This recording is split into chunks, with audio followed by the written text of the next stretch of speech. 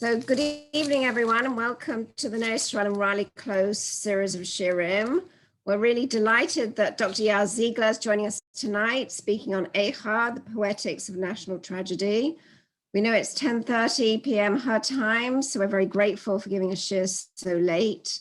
We also thank Mizrahi for their sponsorship of this shir. Dr. Ziegler is a senior lecturer in Tanakh at Herzog College and Matan. She received her BA from Stone College and an MA and PhD at Bar-Ilan University. She's lectured widely on various Tanakh topics in Israel, United States, South Africa, Australia, and Europe.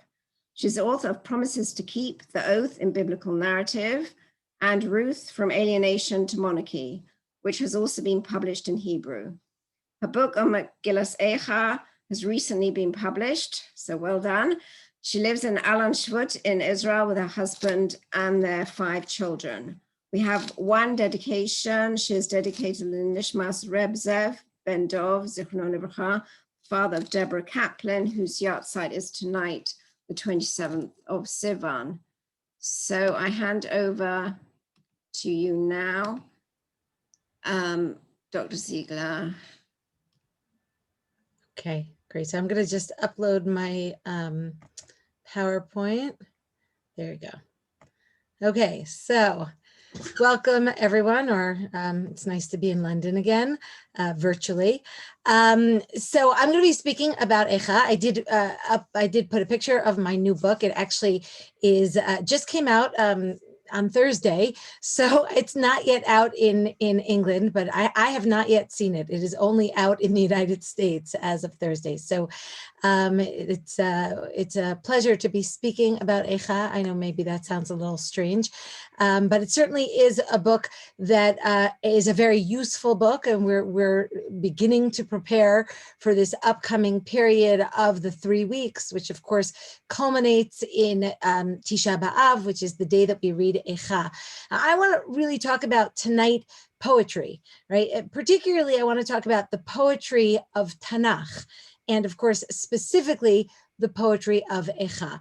And the idea that I want to convey is that when the Tanakh writes in poetry, I mean, when anybody writes in poetry, but certainly when the Tanakh writes in poetry, it uses certain techniques to convey meaning. Right?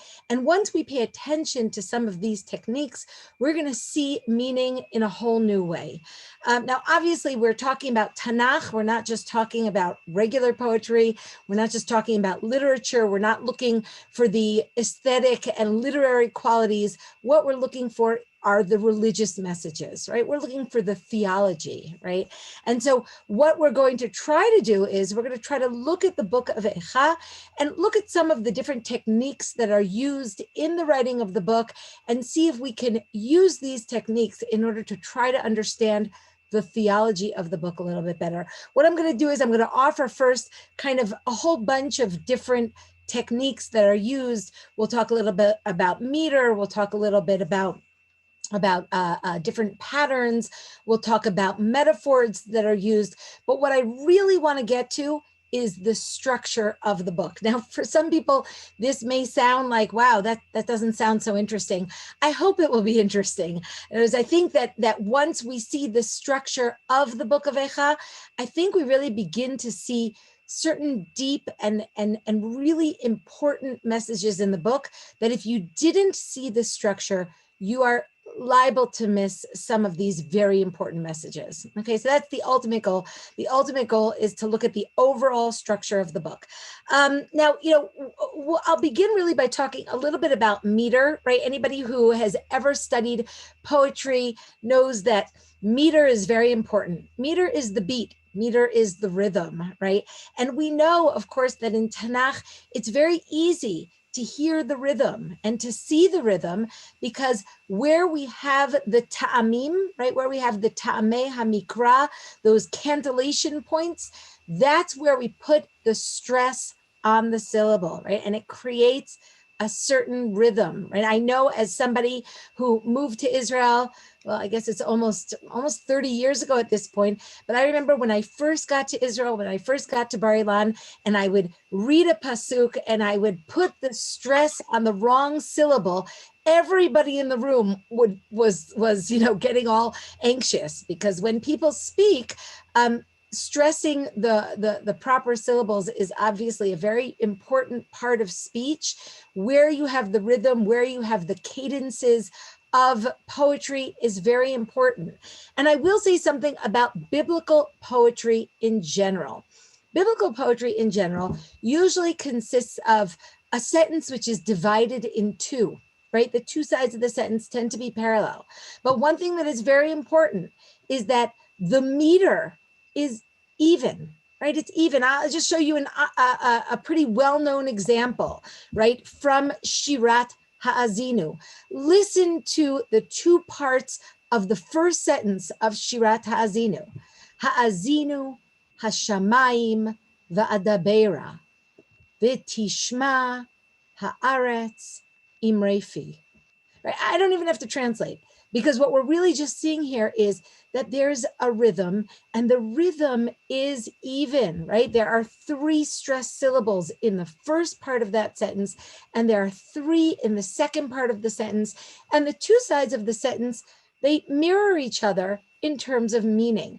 That's the way that biblical poetry works, except it's not the way that lamentation poetry works. Lamentation poetry has its own meter, okay? Again, there's obviously always discussion about this in all sorts of academic studies. For the moment, we're gonna accept the possibility that lamentations have their own meter. We see it in the book of Amos. When the book of Amos introduces a lamentation over the people of Israel, right? Because he is foreseeing the upcoming exile of the 10 tribes. And he says, I am going to lament your upcoming exile. Look at what he says. Nafla lo tosif kum bitulat Israel. Now, if we were all sitting in a room together, which of course would be preferable, I would say to you, how many beats are in the first part of that sentence and how many are in the second part of the sentence? And the answer, of course, is that don't count the words. It's always the beats, right? There are 3 beats in the first part of the sentence and 2 in the second. In fact, it's uneven, right? It's uneven meter. And the effect seems to be that you always feel in lamentation poetry that the second part of the sentence is left incomplete. Okay. Again, remember, we're very fortunate. I assume all of you who are sitting in this class, you have a Tanakh in front of you. If you don't, you have a Tanakh in the shelf in back of you, right? But for most of the years that, people were learning Tanakh, they didn't actually have access to books the way that we do. And so today we can afford to read the Tanakh, but traditionally people listened to the Tanakh, and there were certain advantages. One advantage was that they became accustomed to a certain kind of rhythm. And therefore, when you have lamentation meter, it affects the listener, right? Think about it this way, right? If you have a certain sentence, we'll read that sentence again, and you are expecting the two sides of the sentence to have equal meter, there's something very jarring. There's something very anxiety producing when the second half of the sentence is left incomplete. Nafla lo tosif kum bitulat Yisrael. We're waiting for the end of that sentence, and the end of the sentence doesn't come. And the effect that is created is that not only is the biblical listener straining to hear the end of the sentence, but you feel as though the sentence is cut off. You feel as though the poetry is almost choking, right? It's cut off midstream. The person who is saying the poetry is sobbing, is too upset to finish the sentence. So what I'm trying to suggest here is that even before we understand the words of the poetry, the effect of the poetry, the techniques that are used in writing this poetry is already having an effect, right? And this is called Lamentation Meter. Now, I want to just take one pasuk. And by the way, in Eicha, only about half of the psukim, only about half of the verses in the book are written using Lamentation Meter. It's not 100% of the book. And you know, sometimes you're meant to ask why. I'm going to take one example, which I think is a wonderful example of how meter conveys meaning, or how the meter in the pasuk actually reflects its meaning. So this is Parak Aleph, Pasuk Hey, okay? And there are three sentences in this pasuk. There are three sentences in all of the psukim of the first chapter. The first sentence has classic lamentation meter. Listen to the first sentence. Hayu tsareha lirosh, oiveha shalu. Right? What does that mean? It means that her foes, her enemies, they took the lead. They became at the head. They were the masters. Her enemies were tranquil. This opening sentence, which uses lamentation meter to convey the idea, conveys a very jarring idea. What's the idea? Is what we classically call Rasha Vatovlo, right? The enemies, the evil ones who prosper. The sense of the imbalanced sentence, it creates a sense of lack of harmony in the world. And in fact, this is a very unharmonious idea. Skip ahead to the third sentence. Let's look at the third sentence in this verse, which starts as follows. Olileha halchu shvi lifnei tsar. This is even more jarring. You have 3 beats in the first part of the sentence and 1 beat in the second. It's like cut off even before we start. And what does it mean? It means her children have gone into captivity before the enemy. This is what we classically call tzaddik varalo, right? Innocent people who suffer. It is an unharmonious idea, right? It's an idea that is very jarring, and therefore is very appropriate to use uneven meter. Now, what's interesting about this pasuk is the middle sentence, right? Because the middle sentence actually goes back to balanced meter. Look at this middle sentence. Ki Hashem hoga al rov psha'eha. This is the first time that God enters Megillat Eicha. And how is God described in this middle sentence? For God afflicted her because of her many sins. The world is harmonious once again. It makes sense, right? We have this sense that surrounding us, there's this feeling of lack of harmony. There's this feeling of confusion, of a world that makes no sense. But when we penetrate to the heart of this sentence, we find God, and he is a just God. And we have trust in this God that he will restore harmony to our world. Okay, and that's, you know, this is just one example of how meter works to convey meaning. Let's look on at, you know, a different example. Here I want to look at, I brought for you this lovely picture. So, you know, poetry has a very high degree of imagery, right? And, you know, there's some very powerful imagery in the book of Eicha. And the imagery that is used, I think we're, you know, meant to pay careful attention to. In chapter 3 in Megillat Eicha, we have the story of the Gever, right? Ani hagever ra'a oni b'shevet evrato.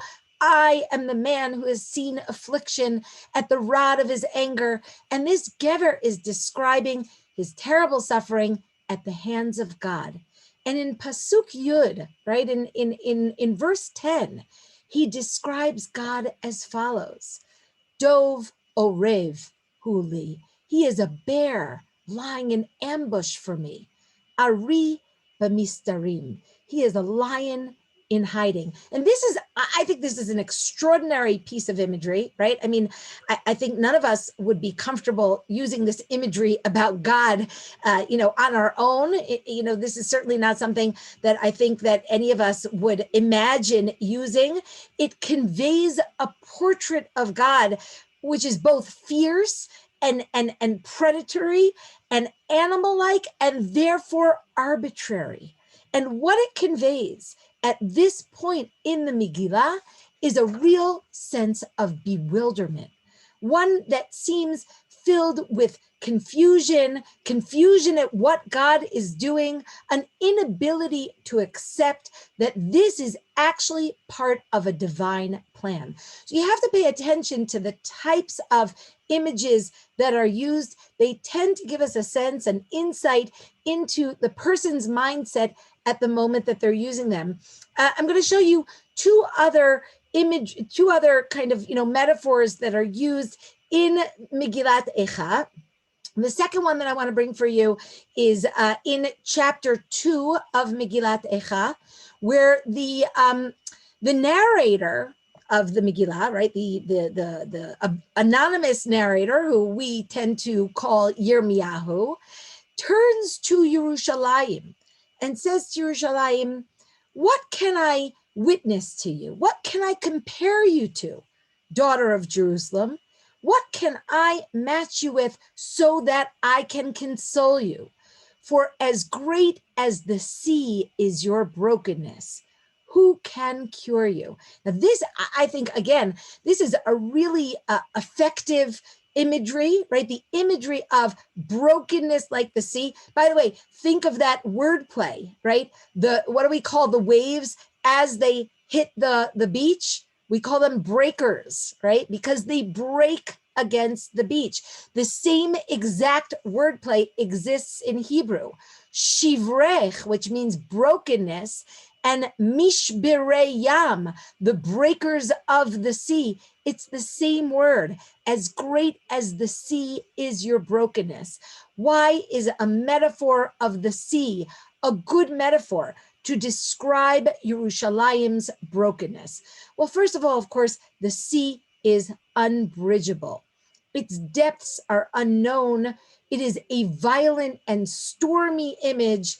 There's no anchor. You can't drop an anchor in the sea and hope to anchor yourself there. The idea is that Yerushalayim, in her great pain, in her loss, of course, Eicha is about the destruction of Yerushalayim, the exile of Jerusalem's inhabitants, the destruction of the Beit HaMikdash, right? And Yerushalayim is being described here as tossing on the roiling, stormy, tempestuous waves which rise and fall and offer no respite, right? It's unbridgeable. There's no way to anchor ourselves in this terrible situation of the destruction of Yerushalayim. The other point I think that's being made by comparing the brokenness of Yerushalayim to the sea is that, of course, Yerushalayim has just been crying. And the amount of copious tears that we see in Megillat Eicha, it is a veritable sea of brokenness. Okay, so there's a lot, I think, that's being conveyed. You take these just three words, gadol, kayam, shivrech, and you've conveyed an enormous amount of feeling of what Yerushalayim is going through. Perhaps the most well-known imagery that is used in the Megillah is the personification of Yerushalayim as a woman, right? That's the way we open the book. It's a pretty well-known opening of the book. Eicha yashva vadad, ha'ir rabati am, hayeta ke'almana. How has this city sat lonely? This city that was once filled with people is now like a widow, right? This is a really interesting image. Of course, a city is not a woman. A city is certainly not a widow. A city doesn't have a husband. This is obviously, a metaphor. What's interesting is that this metaphor appears all over the Tanakh, right? All cities are regarded as female. By the way, don't forget also that the word for city in Hebrew, Ir, is a feminine word, right? It is a feminine word. And in the Tanakh, cities are often compared to women. We won't get into that right now. What I think is interesting here is that in the opening sentence, she is described in her terrible pain as a widow. But in just a few psukim, the same city, her pain is going to be described as that of a mother who has lost her children, okay? There are two separate aspects to Yerushalayim's pain. On the one hand, she is compared to a woman who has lost her husband. This expresses the city's loneliness, her vulnerability, perhaps the danger of her losing her economic viability. It's the loss of her ability to survive in the short term, right? On the other hand, Yerushalayim is often described as a mother whose children have gone into captivity. There is no pain like that pain, because that pain, of course, is not the loss of the present, it is the loss of the future. And so Yerushalayim is being described here as a city which no longer has protection or economic sustenance, but it also has no future, right? So these kinds of metaphors, when you pay attention to them, when you start looking at them carefully, you see that they're being used to convey different things, right? It's a really different image, Yerushalayim as a widow and Yerushalayim as a mother who has seen her children empty out and go into captivity. But both of these metaphors are used very deliberately to convey different aspects of Yerushalayim's pain, different aspects of Am Yisrael's loss during this period of the Chorban. I want to talk a little bit about words, right? We know that words are used very, very carefully everywhere in Tanakh, right? We know oftentimes that words, especially keywords, tend to appear in multiples of 7. That draws our attention to a keyword. In the Megillah, some keywords that appear 7 times scattered throughout the Megillah are some of the keywords are interesting. I'll mention 2 of them. One of them is the word zachar. Zachar meaning memory, right? Memory is very important in Eicha. When Yerushalayim, when Am Yisrael is in the midst of her pain, she holds on to her memory, to her memories, to her past, like a person holds on to debris from a shipwreck, right? She's holding on for dear life to her memories. And this is a really important word in Eicha. I'm not going to talk about it too much. The other word that I wanted to draw your attention to that appears 7 times in the book of Eicha, and this one is pretty surprising. I don't think anybody would expect this to be a key word of a book of Lamentations. That is the word tov, good. Okay, we're going to come back to that word because that word is going to be a really important word for understanding the central message of the book of Eicha. As I said, it's pretty counterintuitive. One would not expect Eicha to be a book that has the word tov as a central word, a word that is drawing our attention. Aside from keywords, I'll just mention that it's always important to note the placement of words. I'm going to talk for a minute or two about our middle chapter, chapter 3, right? Perek Gimel of Eicha is a really different sort of chapter, right? And we see it right away because Perek Aleph has 22 verses. Why does it have 22 verses? 22 letters of the Hebrew alphabet, right? It's an alphabetic structure. We'll talk about that in a moment. Perek Bet, 22 verses. Perek Daled, the 4th chapter, 22 verses. The 5th chapter, 22 verses, right? What about our 3rd chapter? 66 verses long. It is a triple acrostic. We only have that type of phenomenon in one other place in all of Tanakh, And you all know what that place is, because that is, of course, chapter 119 in Sefer Tehillim, right? Which has an eightfold acrostic, right? And the reason that everyone's so familiar with it is because we tend to say it, on yard sites, right? When we go to cemeteries and we say the person's name, we often turn to that chapter. And so a lot of people really are familiar with the chapter that has the eightfold acrostic in the book of Tehillim. In the book of Eicha, the third chapter has a threefold acrostic, which it's the central chapter. It right away draws our attention to this chapter, and it's a really different sort of chapter. It's a parak that doesn't mention the suffering of the Jewish people. It doesn't mention Yerushalayim. It doesn't mention the destruction of the temple. It doesn't mention the exile. It doesn't mention the siege. It doesn't mention all of the common elements of the book of Eicha. Instead, this central chapter is the story of the Gever, this one man who the Ibn Ezra says is Kol Adam Yisrael.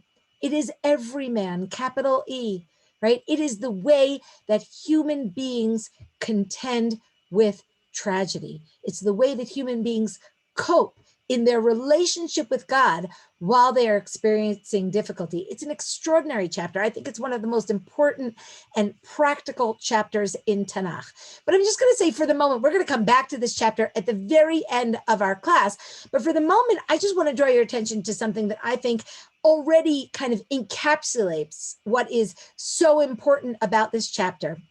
And that is that unlike almost every other chapter in the book, namely chapter 1, chapter 2, and chapter 4, which open with the word Eicha, right? It's a word of lamentation. How, with a sigh, Eicha, how does the city sit lonely?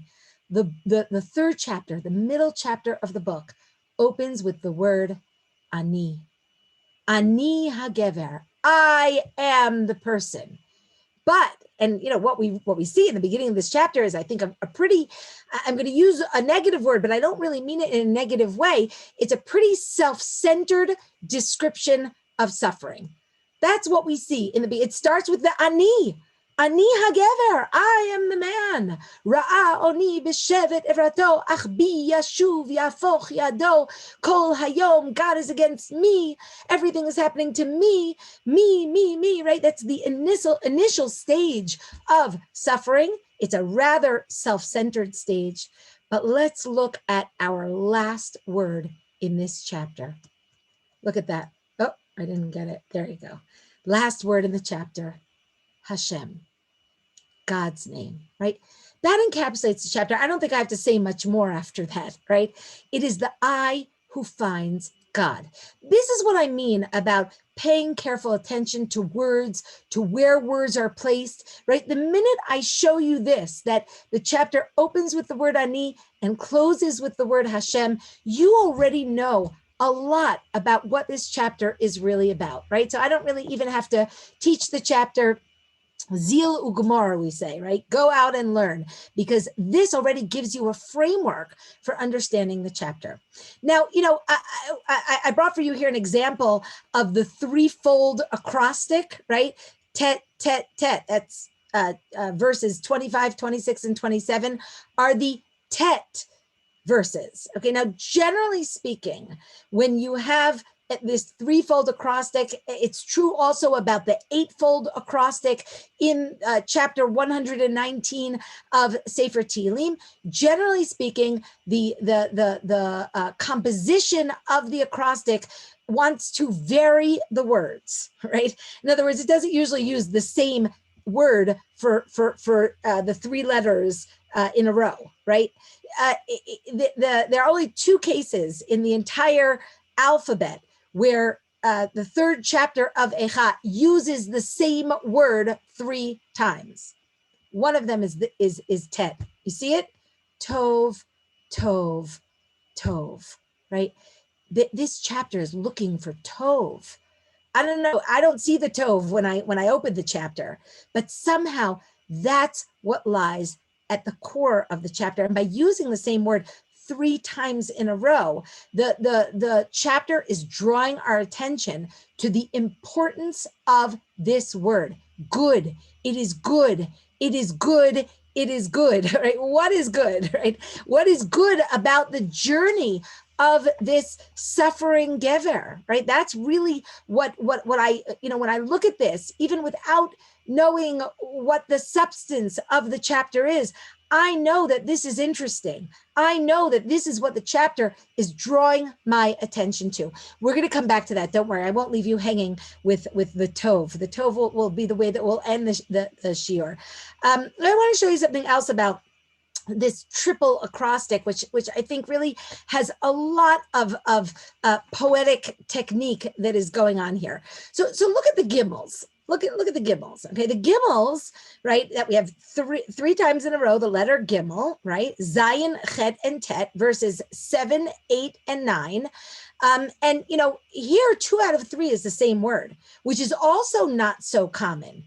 But look at what these 3 words say, or look at what these 3 sentences say.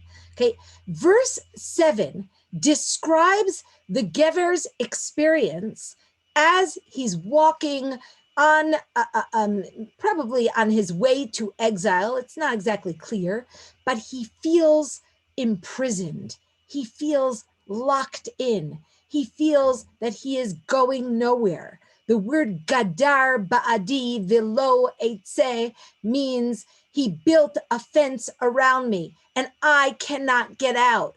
I'm walking in circles. I'm not getting to my destination. A very similar idea appears in verse 9. Gadar derachai begazit. He built around my path with a wall of bricks. Netivotai iva, he perverted my paths. I can't get anywhere. I'm walking around in circles. We get a sense of the mindset of this suffering person who feels enclosed. He feels imprisoned by his suffering. But look at this middle verse. Once again, it's different. Gam ki ezak va'ashavea satam tfilati. He describes, again, a sense of entrapment, but it's a different sort of entrapment. He says, even when I cry out and I plead, my prayers are closed in, right? What is really entrapping this person? It's not the walls around him. It's not the fences or the brick walls that God is building around him. It's that he has no recourse to communicate with God. His prayer is cut off. He tries to get his prayer out, but it is completely hemmed in. He is fenced in because he cannot communicate with God. Okay, I'm going to pause for a minute. I've said a lot of different things, and I'm just going to pause and ask if anybody has any questions up until this point. Is it clear? Do you understand what I'm trying to do here? Does anybody have any comments that they want to make? We'll again open up for questions at the end of the class, but I wanted to pause in the middle and see if anybody has anything they want to say at this point. Say it's really fascinating, really enjoying. Okay, that's good. All right, good. So let's look at one more example of this triple acrostic, which is the same kind of phenomenon that we saw with the gimels. And this is the ions. Okay, do you see? I mean, I made it pretty easy by putting it on this PowerPoint and, highlighting the words that I wanted you to see. But, the 3 letters ayin in a row, again, have the same word that appears twice, and the middle ayin is its own word. Okay, but let's look at what they're saying here, right? This is the Gever speaking. He says, Eini nigra velo tidme. My eyes flow. They don't stop. Me'ein hafugot. They refuse to stop flowing. I talked before about the copious tears. In Pasuk Nun Aleph, he says the same thing. Eini olila lenafshi. My eyes, they're doing their work. They're just going on and on. Mikol benot iri, because of the pain of the young maidens in my city. Look at the middle verse. The middle verse does not describe eyes. What is it? What does the middle verse say? It says, Ad yashkif v'yereh Hashem mishamayim. For how long am I going to continue crying? Until God uses his eyes to see me. I will use my eyes to cry. It reminds me of the story of Choni Hamagel, right? You know that story where Choni Hamagel goes out and there's a terrible drought, and he draws a circle in the sand, and he stands in the circle and he says, God, I am not leaving this circle until you give us rain, right? That's what's going on here. He says, I'm going to cry. I'm going to use my eyes to shed copious tears until you, God, look at us, until you restore communication with us. It's a similar kind of idea that we saw with the Gimels, right? Why is he closed in? He's closed in because he can't find God. In these three psukim of the ayins, why is he crying? He's crying until God looks at him. So we have here, all sorts of different examples of how words are used, how words are placed in order really to convey meaning, right? Meaning beyond the words themselves. I want to talk for a minute about the speakers of Megillat Eicha. I sort of alluded to it before, that sometimes you have an objective speaker, and the objective speaker is often referred to as Yirmiyahu, right? Because we have a tradition. I mean, it appears nowhere in the text of Eicha. It does appear in the Targum, right? In the translation. The Aramaic translation of Eicha does introduce the book as the product of Yirmiyahu, Yirmiyahu's pen, Yirmiyahu's poetry, Yirmiyahu's prophecy, right? But the book itself actually never mentions Yirmiyahu, and instead it presents for us an array of speakers. And it's really important, and I think also interesting, to note who speaks in Megillat Eicha. So I can't introduce you to all the speakers. Sometimes we have a first person speaker, like we just had in the third chapter, Ani Hagever, I am the man, I have seen affliction, right? It's the personal story of a person. Sometimes we have the collective I, where Yerushalayim speaks, but as a representative of the nation. Sometimes we have an objective speaker. We have this sort of outsider who is describing Yerushalayim in the third person. Sometimes we have the first person plural. Nachpesa dirachenu v'nachkora v'nashuva el Hashem. Let us search our ways and seek them out, and we will return to God, right? So there's different speakers in Eicha, and it's interesting to note when these different speakers emerge. Okay, so I'm going to show you what happens in chapter 1.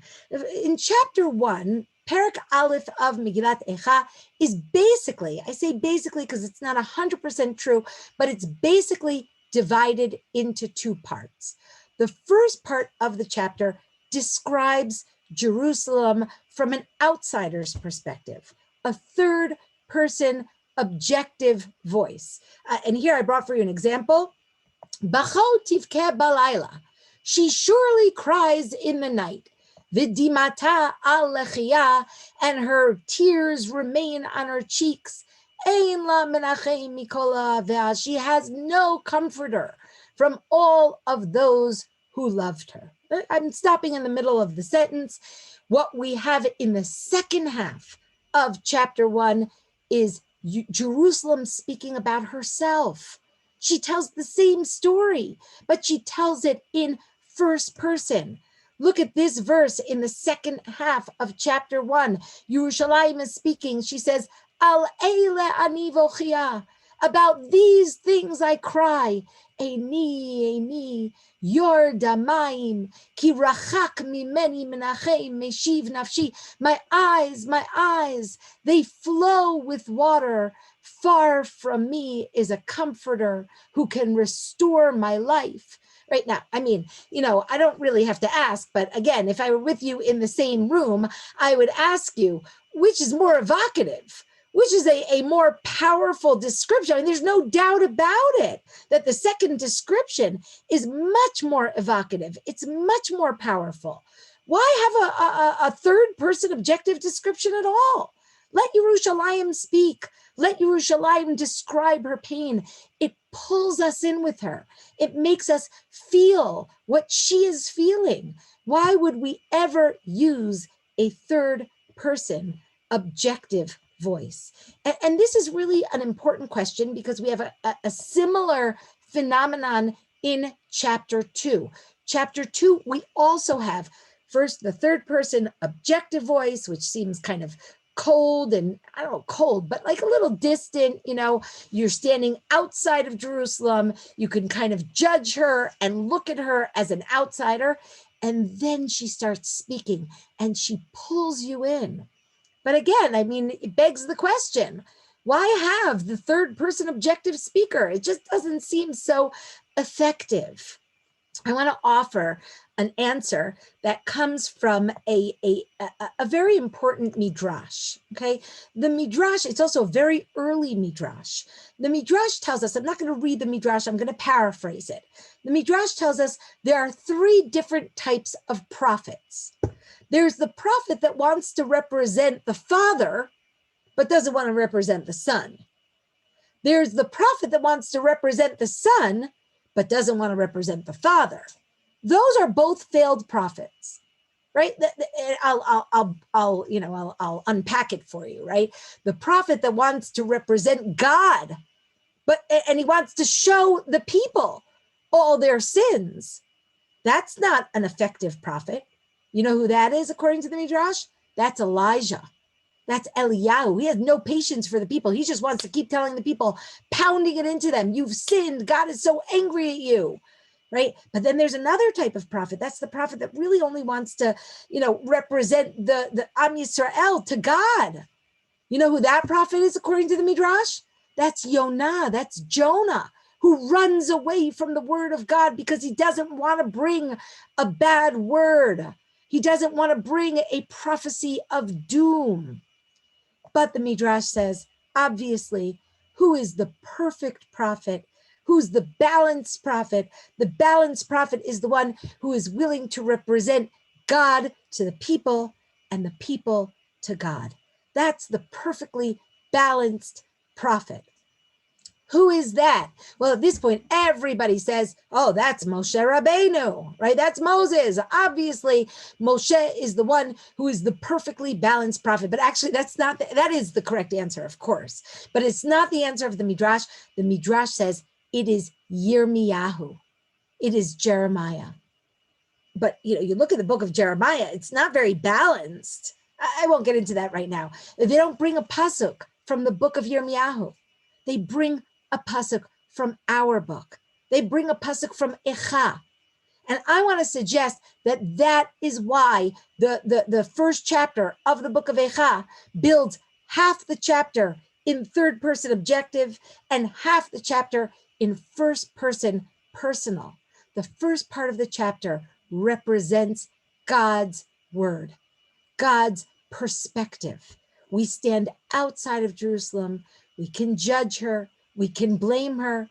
We can say, Chet chata'a Yerushalayim, al kain lenida hayata. Jerusalem has surely sinned. That is why she has suffered like this. In the second half of the chapter, we see the opposite perspective. We see the perspective of Am Yisrael. We see their suffering, and we no longer stand outside of her in judgment. We stand with her, we move with her, and we empathize with her as she describes her suffering. Okay, so the speaker that is used, it's critical to pay attention to it. It's really important to try to examine it, to try to understand why we sometimes have a switch in speaker in the middle of a chapter, sometimes even in the middle of a sentence. But for lack of time, we're not going to talk about everything. It is something, though, that I think that we have to be paying attention to, namely the speaker. Okay, I'm not going to spend too much time on the alphabetic acrostics. Again, just for lack of time, I see that our time is going quickly, and I really do want to talk mostly about, for the rest of this class, I want to talk mostly about the structure. I will say one thing about alphabetic acrostics, and that is that it gives a sense of completion, right? When you write a composition, and you use all 22 letters of the Hebrew alphabet, what you're really saying is from Aleph ad Taf, from A to Z, this nation has suffered. From A to Z. Now, I can't possibly delineate all aspects of the nation's suffering, but the minute that I use an alphabetic acrostic, I'm giving a sense of totality.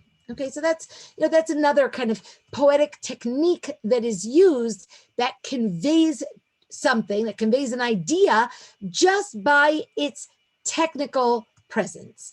All right, we're not gonna spend too much time on this. What I really want to spend the rest of our time in tonight's class talking about is something called a chiastic structure. Chiastic structures are very common in the Tanakh. The word chiastic, I don't know if you've heard of it or if you haven't heard of it, it comes from the Greek letter chi, which is an X, okay?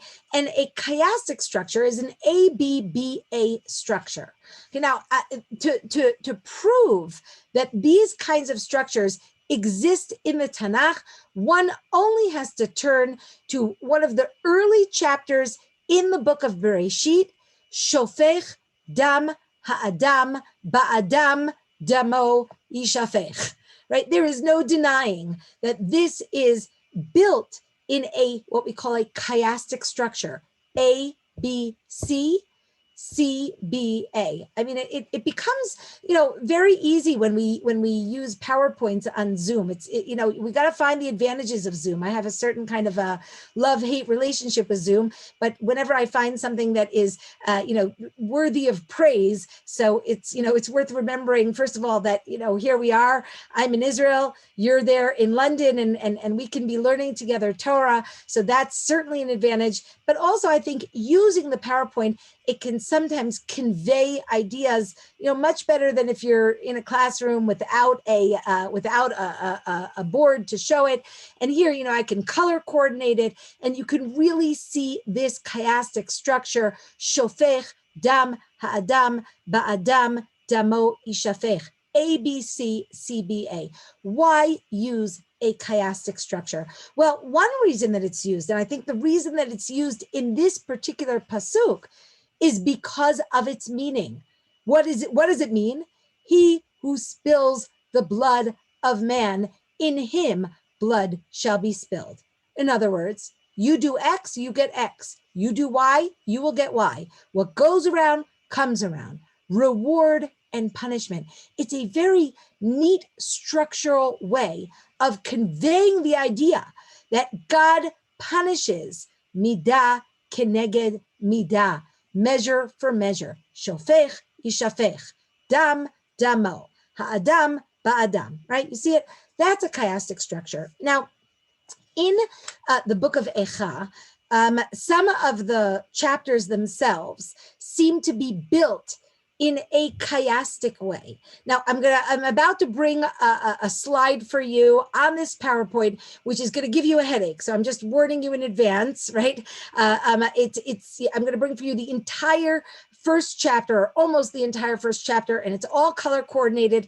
Look what we've done here. Okay, what I want to show you here is that this chapter is built in a chiastic manner. Now, what that means is that it's basically the first verse matches the last verse, and the second verse matches the second to last verse, and the third matches the third to last. I mean, it's, I think, pretty self-evident what I've done here, right? So and if you look at the words, you see, it's really, I mean, it's pretty extraordinary. I didn't discover this, scholars discovered about 100 years ago, right? But if you look at the words that are used, look at that. In Pasuk Bet, we have the phrase, Ein la menachem. In Pasuk Kaf Aleph, we have the phrase, Ein menachem li. In verse 4, we have the word kohaneha. In the fourth to last verse, we have the word Kohanai. In the fifth verse, we have the description of the children who are going into captivity, Halchu Shvi. And in the fifth to last verse, we have the description of the children going into captivity. This is, I think, a really compelling chiastic structure. And what it gives us is a sense of a cyclical kind of situation, right? There is no emerging from the pain of chapter 1. At the beginning of the chapter, she has no comforter. And at the end of the chapter, she has no comforter. It's all this kind of cyclical feeling of suffering. If you look at chapter 2, you're going to see something very similar, right? Cyclical suffering, okay? So that the first verse tells us it was God's day of great anger, Biyom Apo. Last verse, Biyom Af Hashem, it's God's great anger. Second verse, Lo Chamal, he had no pity. Second to last verse, he still had no pity. But look at number 4. Look at number 4. Things are starting to kind of ease up a little bit in number 4. Look at what we're told in Pasuk Daled. Shafach ka'esh chamato. He poured out his anger like fire. Look at the fourth to last verse. The objective narrator turns to Jerusalem and says, Shifchi chamayim libech. Pour out your heart like water. Okay, it's offering a bit of a way out, right? In fact, there seems to be, as we progress throughout the book of Eicha, there's less and less of a sense of cyclical, interminable, unending pain. Okay, so that's, chiastic structures. What I really want to show you now, and again, we're not going to see everything that I have on this PowerPoint just for lack of time. But what I really want to talk about in the last few minutes remaining is the book of Eicha as a whole, which has a concentric structure. Okay, it's not chiastic because it has a central chapter that has no match. Okay, I drew it for you here in several ways, right? I highlighted how chapter 1 is similar to chapter 5 because I put them both in blue. Chapter 2 is similar to chapter 4. I put them both in purple. And we have this middle chapter, which is the center of the book. Why? Why build the book this way? We have these like circles that are surrounding chapter 3. In what way are chapters 1 and 5 similar? In what way are chapters 2 and 4 similar?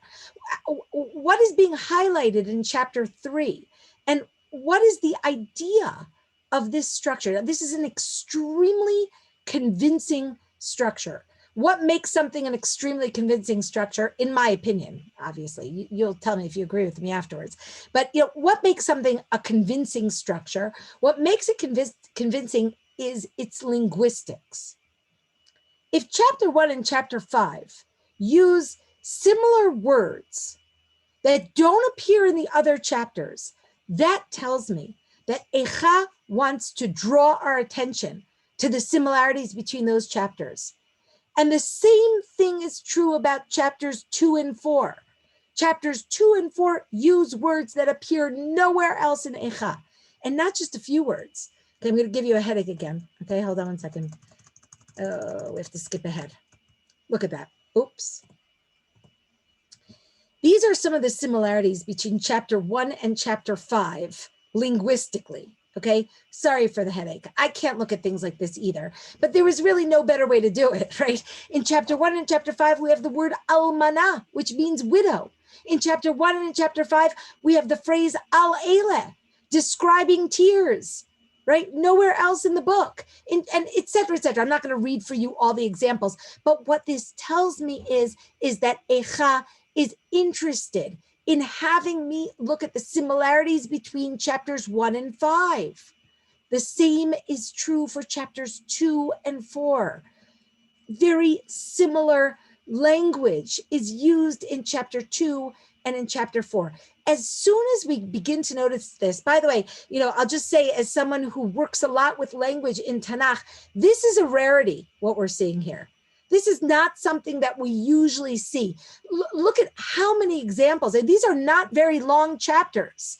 These are chapters that are made up of 22 verses each. Chapter 5 has 22 sentences all together, okay? So, the fact that there are so many linguistic similarities really points to a deliberate attempt to draw our attention to the similarities between these two chapters. What are these similarities? So I want to begin by looking at chapters 1 and 5. Chapters 1 and 5 are quiet chapters. They're not chapters of destruction. They're chapters of emptiness. Eicha yashva vadad ha'ir rabat yam. The city is sitting alone. Her gates are desolate. There are no sounds in the city. She is lonely. She is empty. Her inhabitants have gone into exile. The desolation is what's being described in each of these chapters. And what we hear are Jerusalem's cries in the night. You don't hear sounds of destruction. You don't hear sounds of raucous enemies jeering and celebrating the destruction of the city. You hear sobs in the night. You see the image of the city as a widow, right, who's been emptied of her inhabitants, right? Chapters 2 and 4 are really different kinds of chapter in terms of their tone, in terms of their substance, in terms of their content. They are loud chapters. They describe for us the destruction of Yerushalayim. They're angry chapters. They're filled with destruction. They have fire as a prominent image in these chapters. They describe the destruction of the leaders, the kings, the priests, the prophets. These are really similar chapters, but to what end? What is the goal of creating these kinds of similar circles that surround chapter 3? I think once we see these similarities between these chapters, we are going to begin to look at the theology of these chapters. Really, Eicha is a book that is filled with questions, right? It's a book that commemorates a terrible event, a terrible calamity in the lives of not just Jerusalem's inhabitants, but all of the people of Israel.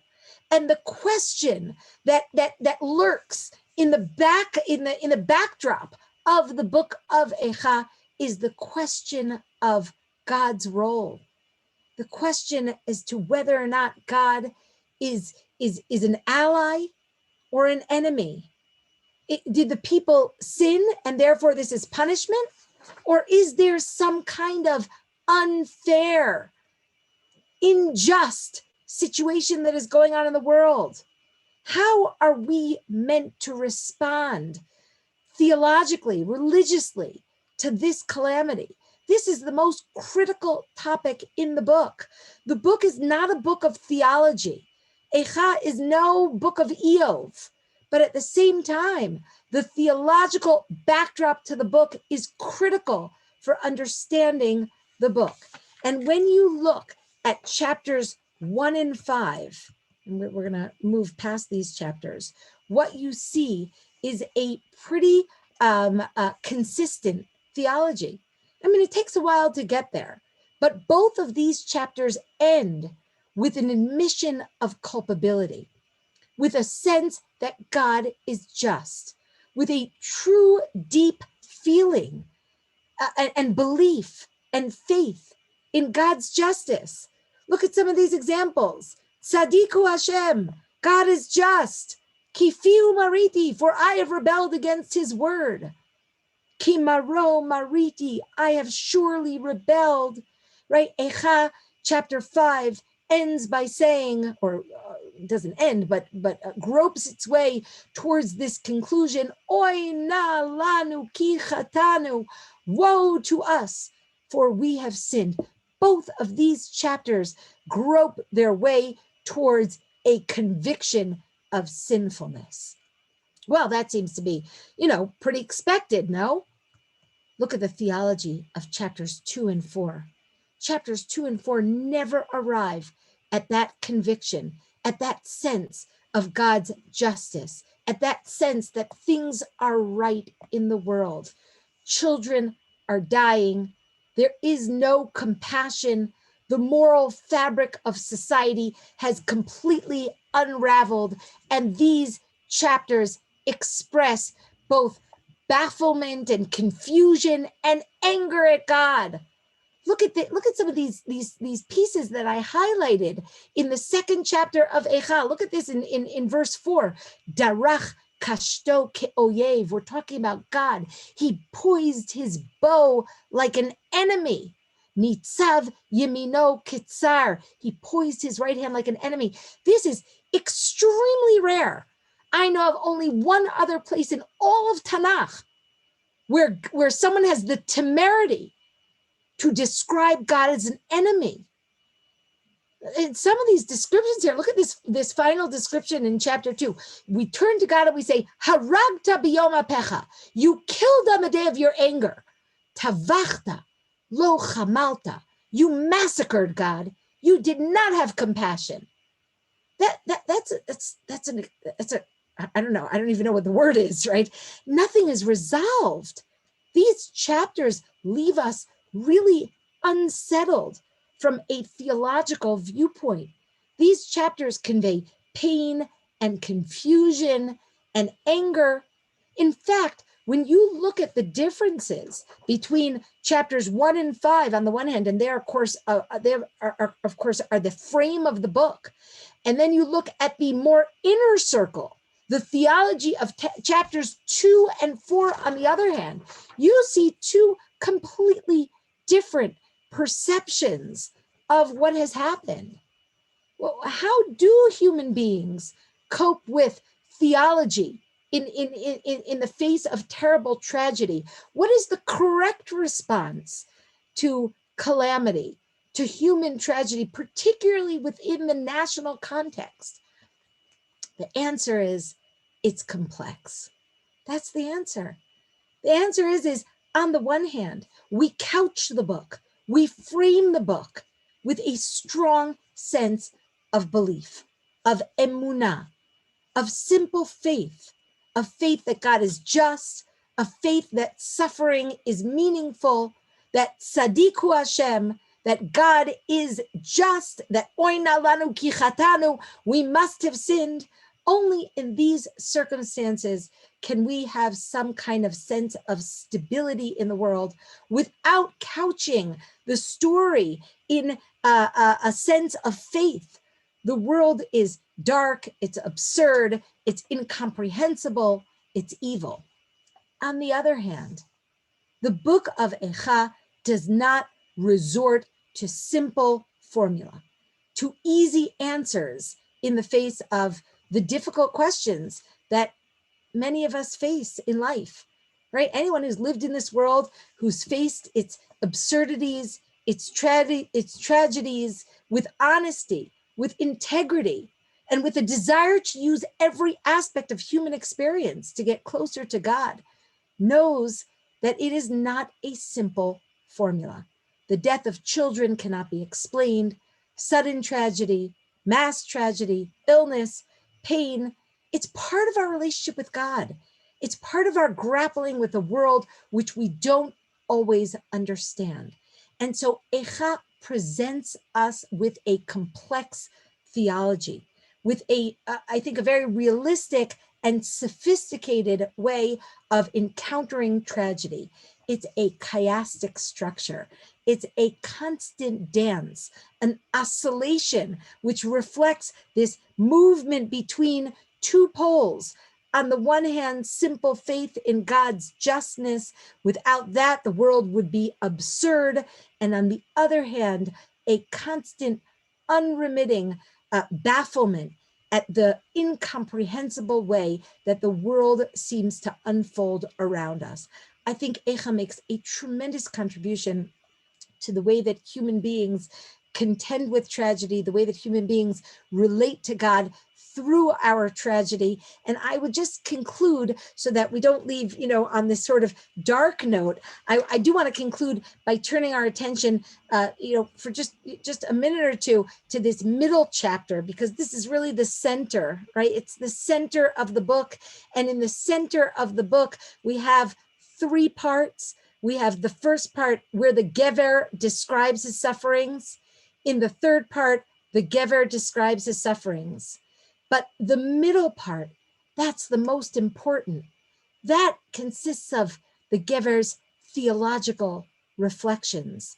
This is the middle of the middle, right? It's the middle section of the middle chapter. But you know what? These theological reflections, they're also divided into 3 parts. Look at this. The first part thinks about, contemplates the ways of God. God is compassionate. God is loyal. God is kind. Chasdei Hashem kilo tamnu, kilo chalu rachamav. The compassions of God never end. In the third part of the Gever's theological reflections, he again considers the ways of God. And he thinks again about God's chesed, his rachamim. And now we have the middle. This is the middle of the middle of the middle. I hope you followed that, right? What's at the middle? What lies at the heart of the book of Eicha? What is the real center of the book that I think reflects the center of every human? How the Gever finds good in his suffering.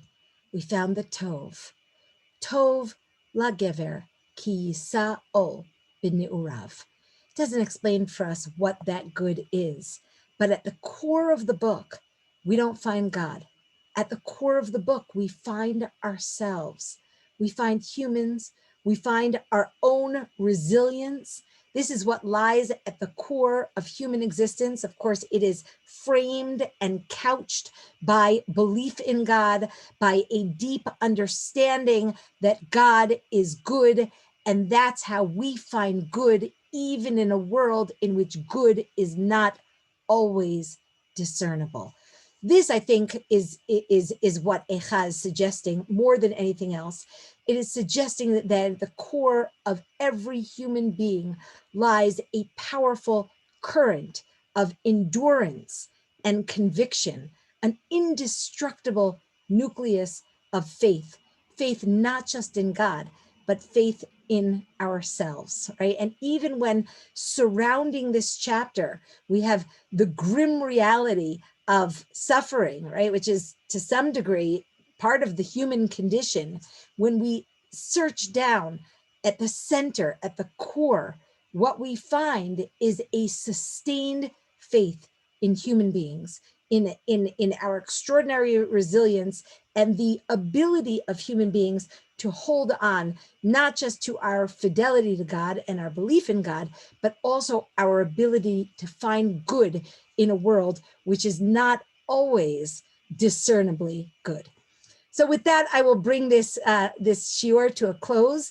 I'm very happy to answer questions. Certainly, if you want to ask questions now, I'm happy to answer. If anybody wants to, would prefer to, ask questions or make comments privately, I've put my email here. I'm always happy to hear from you.